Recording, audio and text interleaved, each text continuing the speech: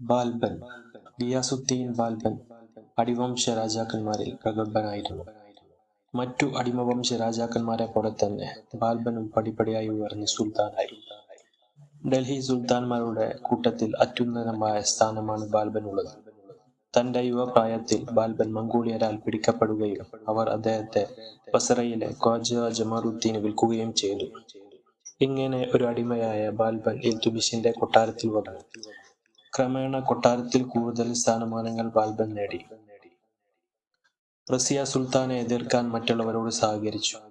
മംഗോളിയരെ പരാജയപ്പെടുത്തുന്നതോടെ ബാൽബൻ പ്രസിദ്ധനായി. ഭരണകാര്യങ്ങൾ നിർവഹിക്കുന്നതിലും ആഭ്യന്തര കാര്യങ്ങൾ അടിച്ചമർത്തുന്നതിലും തന്റെ പാടവം ബാൽബൻ തെളിയിച്ചു. നാസിറുദ്ദീന്റെ ഭരണകാലത്ത് മുഖ്യമന്ത്രി പദവി ബാൽബന് ലഭിച്ചു. നാസിറുദ്ദീൻ ഭരണ ചുമതല മുഴുവൻ ബാൽബനെ ഏൽപ്പിച്ച് മറ്റു കാര്യങ്ങളിൽ മുഴുകി. ശക്തമായ നടപടികളെടുത്ത് ബാൽബൻ ഭരണകൂടം കാര്യക്ഷമമാക്കി. ബാൽബന്റെ ഉയർച്ചയിൽ അസൂയ തോന്നിയ പ്രഭുക്കന്മാർ ബാൽബനെതിരെ ഉപജാപങ്ങൾ ആരംഭിച്ചു. അവർ പല വിധത്തിലും സുൽത്താനെ സ്വാധീനിച്ച് ബാൽബനെ അധികാരത്തിൽ നിന്ന് പുറത്താക്കി. തുടർന്ന് വന്ന പ്രധാനമന്ത്രിയുടെ അപ്രാപ്തി കാരണം തുർക്കി പ്രഭുക്കളും സുൽത്താൻമാരും ബാൽബനെ തിരിച്ചു വിളിച്ച് വീണ്ടും പ്രധാനമന്ത്രിയായി നിയമിച്ചു. 1266 നാസിറുദ്ദീൻ മരിച്ചപ്പോൾ ബാൽബൻ സുൽത്താനായി തെരഞ്ഞെടുക്കപ്പെട്ടു. ഡൽഹിയിൽ അന്നുണ്ടായിരുന്ന തുർക്കി പ്രഭുക്കളുടെ 40ഓളം പേരടങ്ങുന്ന സംഘത്തിന്റെ പ്രധാന അംഗമായിരുന്നു ബാൽബൻ. ഈ സംഘമാണ് ഈ കാലഘട്ടത്തിൽ ഭരണകാര്യങ്ങൾ നിയന്ത്രിച്ചിരുന്നത്. 1266 അധികാരമേറ്റയുടൻ ബാൽബന് വളരെയധികം പ്രശ്നങ്ങൾ നേരിടേണ്ടി വന്നു. ബാൽബൻ പദവി ഏറ്റെടുക്കുന്ന അവസരത്തിൽ അദ്ദേഹത്തിന്റെ മുൻഗാമികളുടെ ദുർബലത കാരണം സുൽത്താനോട് ജനങ്ങൾക്കുള്ള ബഹുമാനവും ആദരവും കുറഞ്ഞിരുന്നു. പ്രഭുക്കളുടെ ഗൂഢസംഘം സുൽത്താനെ വിലവെക്കാതെ ഭരണകാര്യങ്ങളിൽ ഇടപെട്ടിരുന്നു. അധികാര ദുർവിനിയോഗത്തിനെതിരായിരുന്നു ബാൽബൻ ആദ്യമായി നീങ്ങിയത്. കേന്ദ്ര ഭരണത്തിന്റെ അധികാരങ്ങളെ അനാദരിക്കുന്ന എല്ലാ പ്രാദേശിക മേധാവികളെയും ബാൽബനെ നിലക്കു നിർത്തി. കാടുകൾ വെട്ടിത്തെളിയിച്ച് അവിടെ പതിയിരുന്ന കൊള്ളക്കാരെ അമർച്ച ചെയ്ത് ഡൽഹിയെ കൊള്ളക്കാരുടെ ഭീഷണിയിൽ നിന്ന് മോചിപ്പിച്ചു. പ്രഭുക്കളുടെയും പ്രധാനികളുടെയും ചലനങ്ങൾ മനസ്സിലാക്കാൻ നാടിന്റെ നാനാഭാഗങ്ങളിലും അദ്ദേഹം ചാരന്മാരെ നിയോഗിച്ചു. പല ഉദ്യോഗസ്ഥന്മാരുടെയും അധികാരങ്ങൾ വെട്ടിക്കുറച്ചു. സുൽത്താൻമാരെ തങ്ങളുടെ പാവകളാക്കുന്നതിൽ വിജയിച്ച തുർക്കി ഗൂഢസംഘത്തെ നിർവീര്യമാക്കി. പ്രഭുക്കന്മാരോടും സ്വന്തം ബന്ധുക്കളോടും അദ്ദേഹം പ്രത്യേക പരിഗണന പ്രകടിപ്പിച്ചില്ല. കുറ്റവാളികളുടെ മുഖത്തു നോക്കാതെ കഠിനമായി ശിക്ഷിച്ചു. ഇൽതുമിഷിന്റെ കാലത്ത് സൈനിക ഓഫീസർമാർക്ക് നൽകിയിരുന്ന നിലങ്ങൾ അവരുടെ അനന്തരാവകാശികൾ കൈവശം വെച്ചുകൊണ്ടിരിക്കുകയായിരുന്നു. ആ ഭൂമിയെല്ലാം ഗവൺമെന്റ് തിരിച്ചു വാങ്ങി. അങ്ങനെ ശക്തവും സുസംഘടിതവുമായി ഒരു കേന്ദ്രീകൃത ഭരണകൂടം സ്ഥാപിക്കാൻ ബാൽബന് കഴിഞ്ഞു. സംസ്ഥാന ഗവർണർമാരെ തികച്ചും ഭയപ്പെടുത്തിക്കൊണ്ടുള്ളതായിരുന്നു ബാൽബന്റെ നിയന്ത്രണങ്ങൾ. അവർക്ക് ഒരു തീരുമാനവും സുൽത്താനോട് ആലോചിക്കാതെ എടുക്കാൻ അനുവാദമില്ലായിരുന്നു. സുൽത്താന്റെ നിർദ്ദേശങ്ങൾ ധിക്കരിക്കുന്നവർക്കെതിരെ ബാൽബൻ കർശനമായി നടപടികൾ എടുത്തു. ഗവർണർമാരുടെ ദുസ്വാതന്ത്ര്യം ഒരിക്കലും ബാൽബൻ വകവെച്ചു കൊടുത്തില്ല. 1279 ബംഗാളിലെ ഗവർണറായ തുഗ്രിൽ ഖാൻ സ്വതന്ത്രം പ്രഖ്യാപിച്ചുകൊണ്ട് കലാപത്തിനൊരുങ്ങി.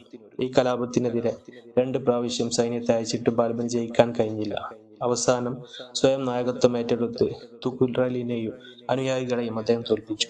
സുൽത്താനെതിരെ കലാപങ്ങൾ അയവിച്ച് വിടാതിരിക്കാൻ മറ്റു ഗവർണർമാർക്കും നൽകിയ ഒരു പാഠമായിരുന്നു ഈ സംഭവം. മംഗോളിയരിൽ നിന്നുള്ള ആക്രമണം കാത്തിരിക്കുകയായിരുന്നു ബാൽബൻ. തന്റെ സൈന്യത്തിന് അച്ചടക്കം പാലിക്കുന്നതിലും ഉയർന്ന പരിശീലനം നൽകുന്നതിലും അദ്ദേഹം ശ്രദ്ധ ചെലുത്തി. ലാഹോറിൽ കോട്ടകൾ സ്ഥാപിച്ച് മംഗോളിയരെ നേരിടാൻ ഒരുങ്ങി നിന്നു. മറ്റു പ്രദേശങ്ങൾ കീഴടക്കുന്നത് നീട്ടിവെച്ച് മംഗോളിയരുടെ ആക്രമണം നേരിടാൻ ബാൽബൻ തയ്യാറായി. പടിഞ്ഞാറൻ അതിർത്തികളിലൂടെ മംഗോളിയർ നുഴഞ്ഞു കയറാൻ കാത്തിരിക്കുകയായിരുന്നു. ബാൽബൻ ഈ പ്രദേശങ്ങളിൽ വലിയ കോട്ടകൾ നിർമ്മിച്ചു. സൈന്യത്തിന് കൂടുതൽ ശക്തി നൽകി. തന്റെ പുത്രൻ മുഹമ്മദിനെ വടക്കു പടിഞ്ഞാറൻ പ്രദേശങ്ങളിൽ ഗവർണറായി നിയമിച്ചു. 1279 1285 മംഗോളിയർ ബാൽബന്റെ നേരെ ആക്രമണങ്ങൾ അയച്ചുവിട്ടെങ്കിലും 2 പരാജയപ്പെടുകയാണ് ഉണ്ടായത്. മംഗോളിയരുമായുണ്ടായ ഒരു ഏറ്റുമുട്ടലിൽ ബാൽബന്റെ പുത്രൻ മുഹമ്മദ് വധിക്കപ്പെട്ടു. തന്റെ പ്രിയപ്പെട്ട മകന്റെ മരണം ബാൽബന് നിത്യദുഃഖത്തിലായെത്തി. മുഹമ്മദിന്റെ അകാല മൃത്യു കാരണം രോഗിയായ ബാൽബൻ രോഗശയ്യയിൽ നിന്നും എണീറ്റില്ല. തന്റെ 80-ാം വയസ്സിൽ ബാൽബൻ അന്തരിച്ചു. അടിവംശത്തിലെ ഏറ്റവും പ്രബലനും ശക്തനുമായ ഭരണാധികാരി എന്ന നിലക്ക് ഇന്ത്യ ചരിത്രത്തിൽ ഉന്നതമായ സ്ഥാനമാണ് ബാൽബനുള്ളത്. ആഭ്യന്തരവും ബാഹ്യവുമായ സംഘട്ടനങ്ങളുടെ നീണ്ട 20 വർഷമായിരുന്നു ബാൽബന്റെ ഭരണകാലം. കരുത്തനായ ബാൽബന്റെ കാലത്ത് അടിമവംശം അതിന്റെ പ്രതാപത്തിന്റെ ഉച്ചകോടിയിലെത്തി. അടിമവംശ രാജാക്കന്മാരുടെ ഏറ്റവും വലിയ വൈകല്യമായിരുന്നു തുർക്കി പ്രഭുക്കളുടെ ഗൂഢസംഘം. പരിപൂർണമായും നശിപ്പിച്ചതാണ് ബാൽബന്റെ ഏറ്റവും പ്രധാന നേട്ടം. വളരെ സുസംഘടിതവും വ്യവസ്ഥാപിതവുമായ ചാര സംവിധാനമായിരുന്നു ബാൽബനുണ്ടായിരുന്നത്. രാജ്യത്തിന്റെ ഏതു ദിക്കിൽ നടക്കുന്ന രഹസ്യവും കൊട്ടാരത്തിൽ എത്തിക്കുന്നതിന് രാജ്യത്തുടനീളം രഹസ്യ ഉദ്യോഗസ്ഥന്മാരുണ്ടായിരുന്നു. സൈന്യത്തെ കാര്യക്ഷമമുള്ളതാക്കുവാൻ വേണ്ടി ബാൽബൻ സൈന്യത്തെ പുനഃസംഘടിപ്പിച്ചു. പട്ടാളത്തിന്റെ തെരഞ്ഞെടുപ്പ്, അച്ചടക്കം, പ്രതിഫലം എന്നീ കാര്യങ്ങളിൽ കൂടുതൽ ശ്രദ്ധ പതിപ്പിച്ചു. വിശ്വസ്തർക്കും യോഗ്യർക്കും മാത്രമേ അദ്ദേഹം സൈന്യങ്ങളിൽ ഉയർന്ന ഉദ്യോഗങ്ങൾ നൽകിയുള്ളൂ. ബാൽബന് മുമ്പ് പട്ടാളക്കാർക്ക് പ്രതിഫലമായി നിലങ്ങൾ പതിച്ചു കൊടുക്കലായിരുന്നു പതിവ്. എന്നാൽ ബാൽബൻ ഇത് നിർത്തി സൈന്യങ്ങൾക്ക് ശമ്പളം കൊടുക്കുന്ന പതിവ് നടപ്പിലാക്കി. അതിർത്തികളിൽ കോട്ടകൾ നിർമ്മിക്കുന്നതിനും റോഡുകൾ വെട്ടുന്നതിനും അദ്ദേഹം കൂടുതൽ ഉത്സാഹിച്ചു. അദ്ദേഹത്തിന്റെ സദസ്സുകളിൽ അമീർ ഖുസ്രുവിനെ പോലെയുള്ള പല പണ്ഡിതന്മാരുണ്ടായിരുന്നു. ആ കാലത്തുണ്ടായിരുന്ന മറ്റു രാജാക്കന്മാരെ പോലെ ദുഷിച്ച നടപടികളൊന്നും ബാൽബനില്ലായിരുന്നു. സദാ ഗൗരവമേറിയ ഭാവം പ്രകടിപ്പിച്ചിരുന്നുവെങ്കിലും ബുദ്ധന്മാരോടും സ്ത്രീകളോടും അദ്ദേഹം ദയ കാണിച്ചിരുന്നു. രാജസദസ്സിന്റെ അന്തസ്സും ഗൗരവവും മുറുകെ പിടിക്കാൻ അദ്ദേഹം അവിടെ കളിതമാശകൾ നിരോധിച്ചു. യാതൊരു പക്ഷപാതവും കൂടാതെ നീതി നിർവഹണം നടത്തി. സ്വകാര്യ ജീവിതത്തിൽ ബാൽബൻ ലളിത മനസ്കനും സ്നേഹസമ്പന്നനുമായിരുന്നു. മംഗോളിയരുമായി നടന്ന യുദ്ധത്തിൽ മരിച്ച മകനെ ഓർത്ത് ഹൃദയം നൊന്ത് കരഞ്ഞ് സ്മരണീയമാണ്. അദ്ദേഹത്തിന്റെ ശക്തമായ നയപരിപാടികൾ ഇല്ലായിരുന്നുവെങ്കിൽ ഒരുപക്ഷെ സുൽത്താൻ ഭരണം അകാല ചരമമടയുമായിരുന്നു.